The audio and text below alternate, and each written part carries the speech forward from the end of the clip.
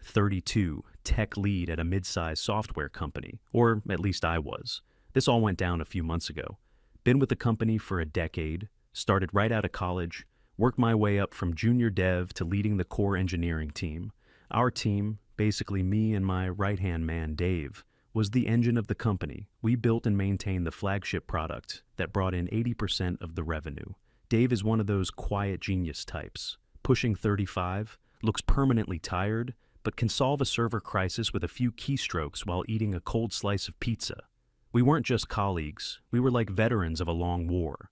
We'd pulled all-nighters, fixed bugs on Christmas Eve, rebuilt the entire database from backups after a catastrophic failure. The old CEO, a guy in his late 60s, was tough but fair. He didn't understand our work, but he understood results. As long as the product worked and the clients were happy, he left us alone and signed off on our hardware requests and bonuses. It was a good gig, stable, predictable, and we were respected for our skills. We were the foundation. If we had a problem, the company had a problem. Everyone knew it. Then, sometime last spring, the old CEO announced his retirement. We all gave him a nice send-off, got him a watch, wished him well. The board of directors took a few weeks to decide on a replacement.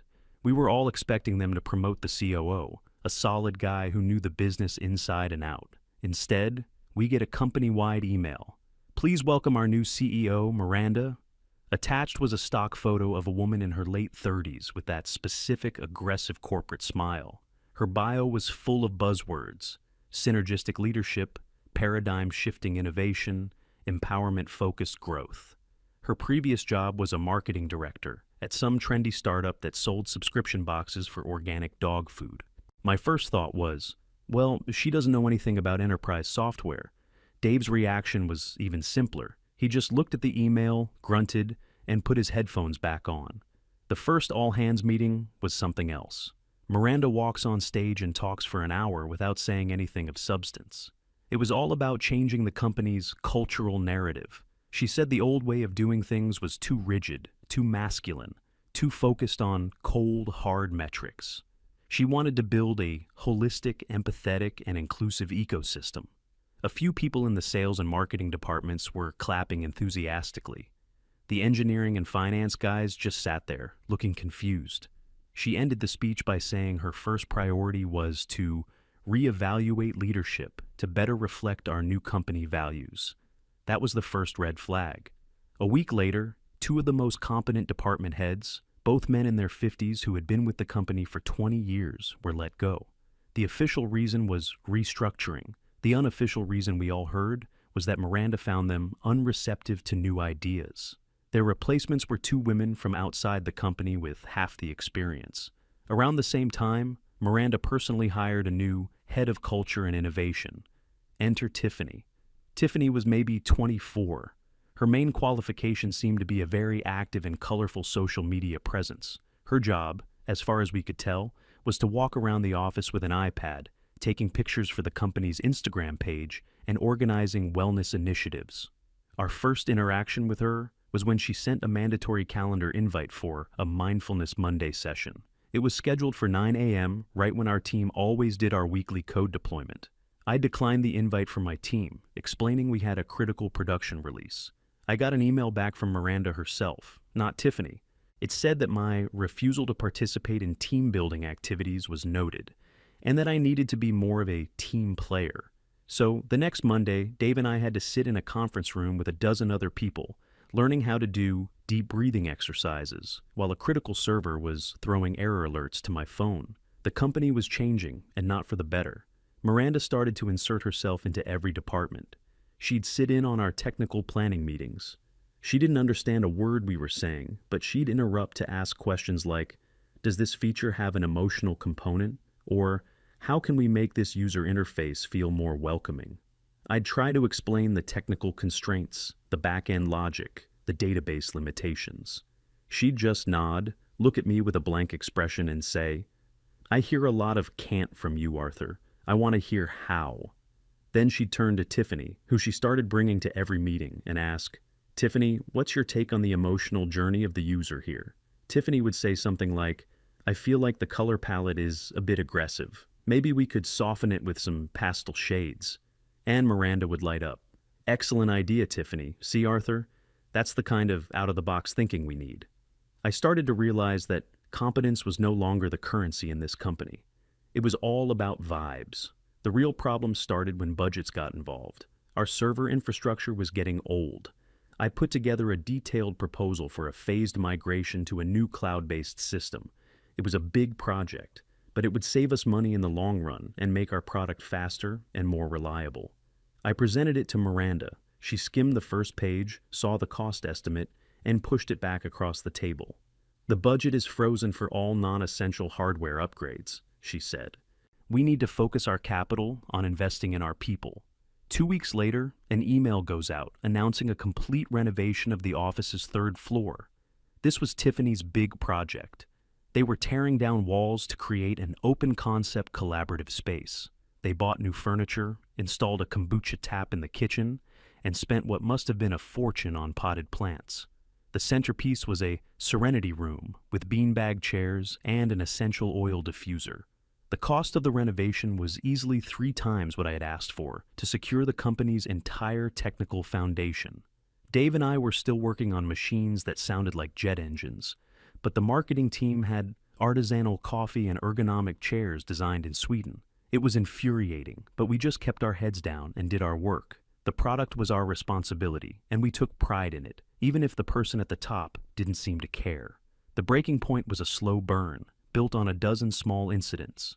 One time, a major client, our biggest account, had a critical system failure on a Friday afternoon. Their entire operation was down. They were losing thousands of dollars every hour. They were furious. Miranda's immediate response was to call a meeting with the crisis management team, which now included Tiffany. Tiffany's contribution to the meeting was to suggest that we send the client a gift basket to show that we care.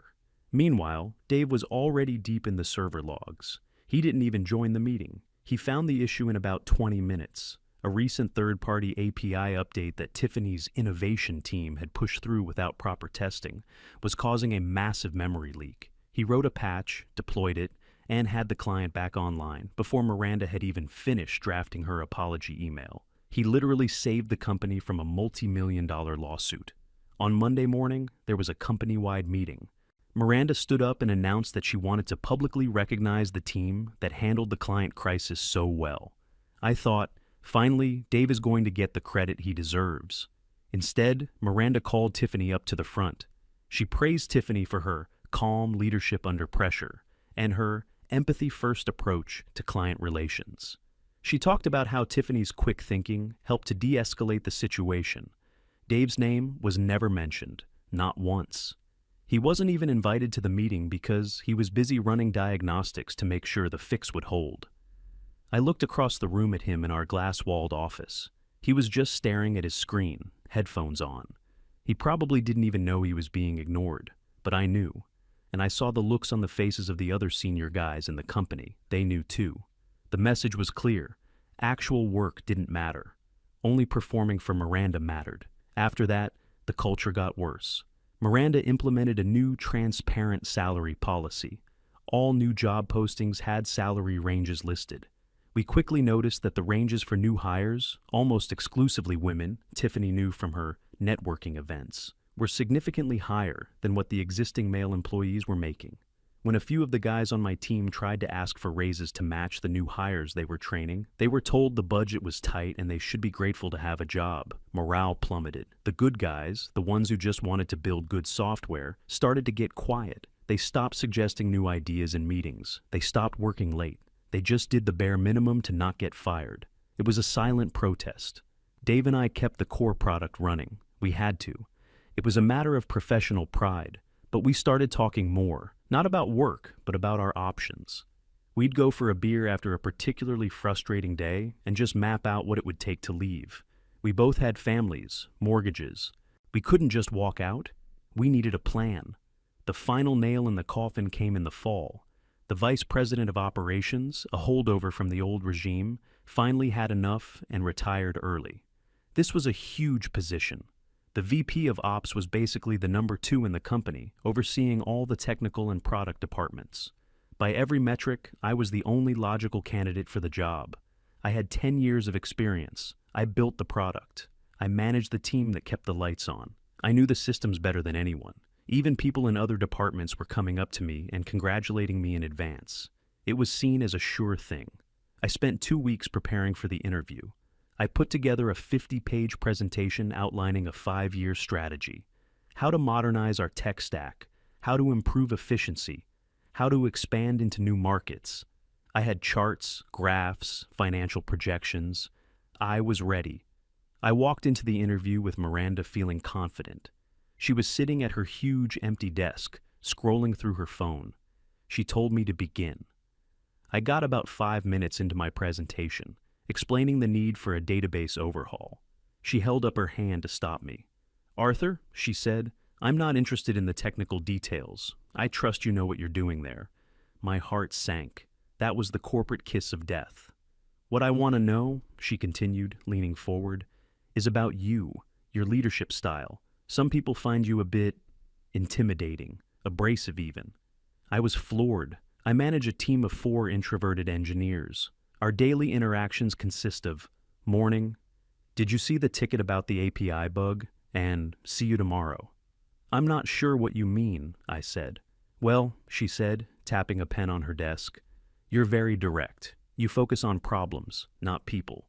How would you foster a sense of psychological safety in your department?" The interview was a series of these questions. Nothing about my strategy, my experience, or my plan to grow the company's revenue. It was all about my emotional availability and whether my management style could be perceived as a manifestation of toxic masculinity. I tried my best to answer her bizarre questions with corporate-friendly language, but I knew it was hopeless. She wasn't interviewing me for a job. She was judging me for a crime I didn't know I was accused of. The interview ended with her saying, "Thank you for your time, Arthur. We have one other candidate to consider, and we'll let you know." I knew who the other candidate was. There was only one other person who had even applied. 2 days later, the email went out. "We are thrilled to announce that Tiffany has been promoted to Vice President of Operations." The email was full of praise for her visionary leadership, her unparalleled people skills, and her passion for our company's culture. Her qualifications for overseeing the entire technical infrastructure of a multi-million-dollar company. She had organized a successful office yoga class. Later that day, Miranda called me into her office. She had that fake, sympathetic look on her face. She told me she knew I must be disappointed. She said I was a valuable asset to the company, a real rock star in my field. But the company needed a new direction. It needed a face for the future. "Honestly, Arthur," she said, lowering her voice as if sharing a secret, "your style is just a bit old-fashioned. We need a leader who is more approachable, more collaborative. Tiffany just has a natural talent for that. You could probably learn a lot from her." I didn't say anything. I just stood there, nodding. Inside, I wasn't angry. The anger had burned out months ago. What I felt was a strange sense of calm, a clarity. The game was rigged. The rules didn't matter. Merit was a joke. Trying to win was a fool's errand. The only winning move was not to play. "I understand," I said. "Thank you for the opportunity." I walked out of her office and went straight to my desk. I opened my laptop, ignored the 100 unread emails, and started updating my resume. The foundation was about to crumble, and this time, I wasn't going to be there to fix it. I walked straight over to Dave's desk. He had his headphones on, deep in some code. He didn't even notice me standing there for a good 30 seconds. I tapped him on the shoulder. He took his headphones off, looking annoyed at the interruption. "What's up?" I didn't need a long speech. She gave the VP job to Tiffany. Dave didn't react at first. He just stared at me, processing. Then he gave a slow, deliberate nod. The kind of nod a man gives when his worst suspicions are confirmed. He didn't ask questions. He didn't complain. "Okay," he said, his voice flat. "Time to go." He swiveled back to his monitor, closed his coding environment, and opened a browser. I didn't need to ask what he was doing. That conversation in the bar wasn't just talk. It was a pact. We had a simple rule. We stick together, and we leave on our own terms. That evening, we both went home and polished our resumes. It felt strange. For 10 years, my resume had just been a static document. Now, it was an escape plan. I sent out applications to 5 companies. By the end of the next day, I had 3 emails asking to schedule interviews. Turns out, A decade of experience building and maintaining a profitable software product is a pretty good selling point. Who would have thought? Dave had a similar experience. He was a specialist in a niche field of database management. He was getting messages from recruiters before he even finished updating his online profile. We were valuable. The market knew it. Our own company was the only one that didn't. The next 2 weeks were surreal. During the day, we were model employees. We attended Tiffany's pointless meetings. We nodded along as she talked about brand synergy and disrupting the emotional landscape. She had a meeting about changing the login button's text from sign in to welcome back, claiming it was more inclusive. The meeting lasted 2 hours. Dave and I just sat in the back, exchanging glances. But in the background, we were preparing our exit. We started quietly untangling ourselves from the system. Not sabotage. That's not our style. It was more like malicious compliance. Over the years, I had written dozens of custom scripts and personal cheat sheets to manage the system. How to reboot a specific server without causing a data cascade. How to clear a locked cache on the main application. A step-by-step guide for the emergency database restore process. This documentation wasn't official company property. It was in a personal folder on my drive, stuff I created on my own time to make my life easier. So, I deleted it. All of it. The official company documentation was hopelessly outdated, written by an intern 5 years ago. Good luck with that.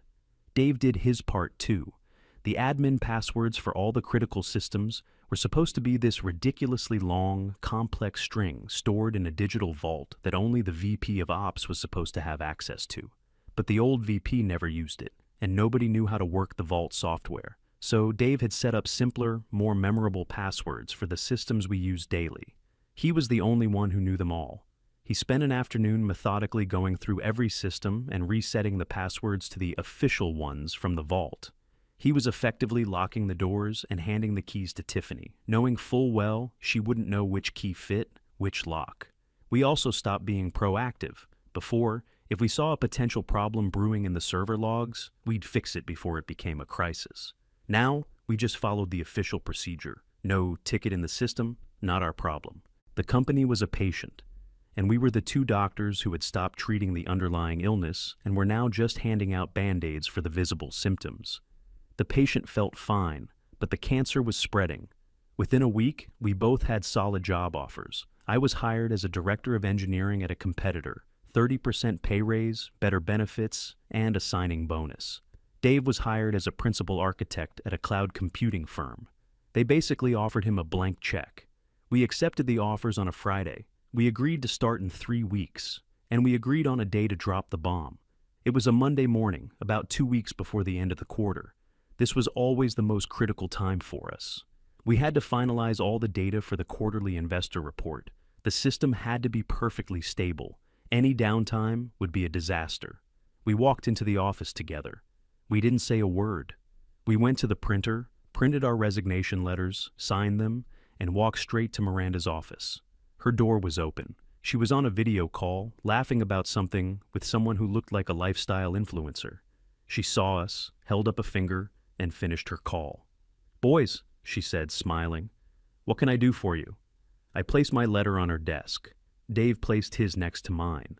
Her smile vanished. She picked up my letter, read the first line, then picked up Dave's. For a moment, she looked genuinely shocked.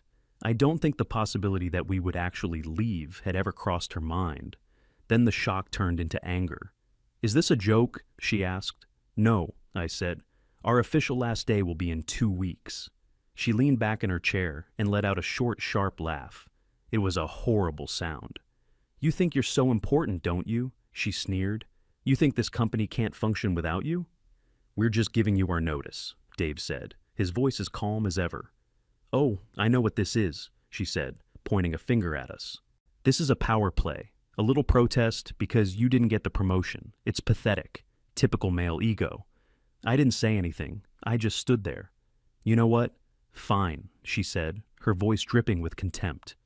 "You want to leave? Leave. I've been wanting to rebuild the tech department with a more diverse and forward-thinking team anyway. This just speeds up the process." Then I decided to give her a little push. "Our contracts require a 2-week notice period," I said. but we're willing to waive that if you'd prefer an immediate departure. We can be gone today." I was betting on her ego. I knew she couldn't resist the chance to fire us. Her eyes lit up. She saw it as a victory. "You want to leave today? Wonderful," she said, grabbing a pen. "I accept your immediate resignation. Get your personal belongings, and I want you out of this building in 1 hour." She scribbled her signature on the bottom of our letters with a flourish. "Don't let the door hit you on the way out," she said, turning back to her computer as if we were already gone. We walked out of her office. The walk back to our desks was the best walk I'd taken in years. It was a walk of pure, unadulterated freedom. We packed our boxes in silence. A few of the other senior guys, the ones who had been there for years, came by. They didn't say much. They just shook our hands, gave us a knowing look. It was a look that said, "Good for you. We wish we could do the same." As we were walking out, we passed Tiffany. She was leading a group of new hires, all young women in their early 20s, on an office tour. She was pointing at the kombucha tap. "And this is our wellness hub," she was saying. "It's all about creating a positive and nurturing environment." She saw us with our boxes and just gave a smug little smile. We walked out the front doors into the sunshine. We didn't look back. The first call came on Tuesday afternoon. It was from one of the junior developers on my old team. He sounded panicked. "Arthur," he said, "the automated billing script didn't run last night. Nobody got the notification. Do you know why? The script failed because it relied on an authentication token that expired on the 1st of the month. I had a personal calendar reminder to renew it every month. I had deleted that reminder." "Sorry, I don't work there anymore," I said. "You should ask your VP of operations." I hung up. The real fun started on Wednesday. Dave got a text from a former colleague. The main database server was throwing thousands of error messages a minute. The system was slowing to a crawl. This was the technical debt coming due. The small problems we had stopped fixing were now becoming big problems. Tiffany's response, according to our source, was to call an all-hands meeting for the tech department. In the meeting, she didn't talk about the server errors. She talked about the negative energy in the department since Dave and I left. She announced that they would be starting a new initiative, Gratitude Fridays, where everyone would go around and say something they were thankful for. While she was talking about gratitude, the main product's login page went down. No new customers could sign in. Existing customers were getting timed-out errors. The support lines lit up like a Christmas tree. By Friday, the company was in a death spiral. The billing system was still down. No money was coming in. The main product was barely functional. Customers were furious. Miranda had locked herself in her office, screaming at people on the phone. Tiffany was reportedly seen crying in the Serenity room.